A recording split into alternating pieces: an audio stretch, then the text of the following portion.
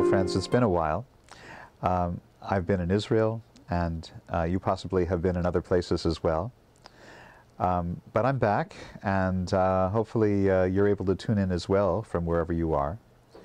And I just wanted to mention a few things about what it was like being in Israel this past month.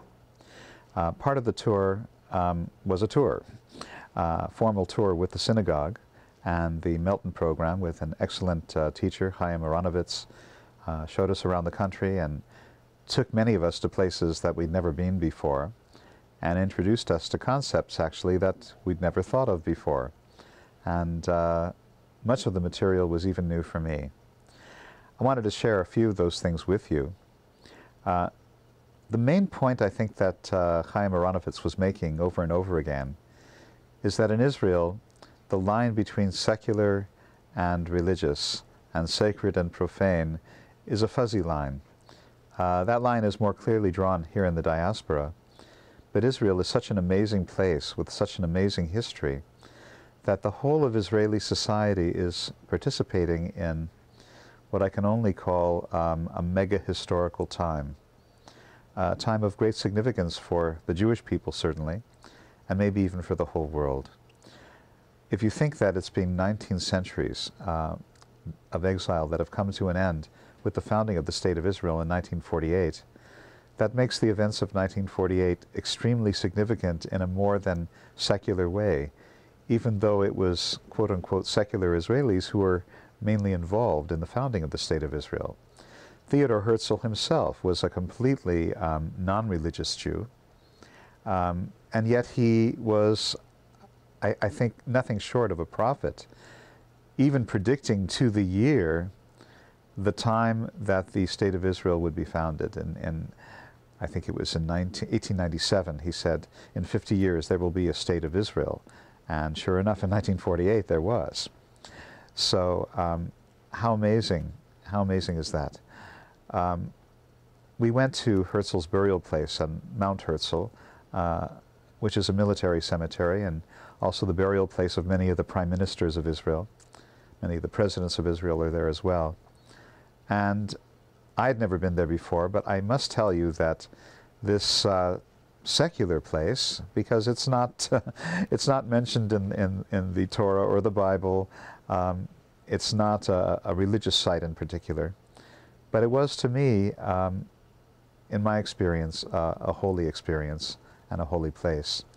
And when I prayed by the graves of the various presidents and prime ministers and Theodor Herzl himself, it was as holy a feeling as any prayer that I've ever made at the grave of any of the great rabbis.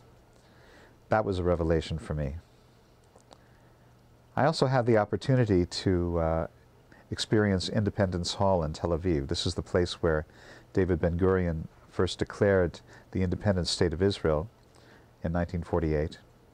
And again, I wasn't expecting it to be much, but they have left Independence Hall in very much the same state that it was in 1948, with the two giant Israeli flags and the table where all the great dignitaries of the Zionist movement were seated, and the podium where David Ben-Gurion spoke. And what they do is they play a tape recording of the announcement of the State of Israel, followed by the singing of Hatikva, which you're all invited to join in with. And I must tell you that to hear that reenactment in the very place in which it took place, singing Hatikva, attempting to sing, because we were really unable to sing, we were so moved, but attempting to sing Hatikva along with the recording of that first occasion of independence. It was an overwhelming experience, which I hadn't expected to experience in quite that way. And so I'm prepared to say also that Independence Hall is a sacred spot, even though it's not specifically religious, it's not a synagogue, services are not held there, but it is a very, very important place of transition and of transformation in Jewish history that is, to me, a sacred center of Jewish life. So next week we'll have more that I want to share with you. But in general, I can tell you that I'm very happy to be home. I saw Israel in a completely different way than I ever have before, and there's much to share with you about that. So in the meantime, I want to wish you a Shabbat Shalom, and we'll be talking to you very, very soon.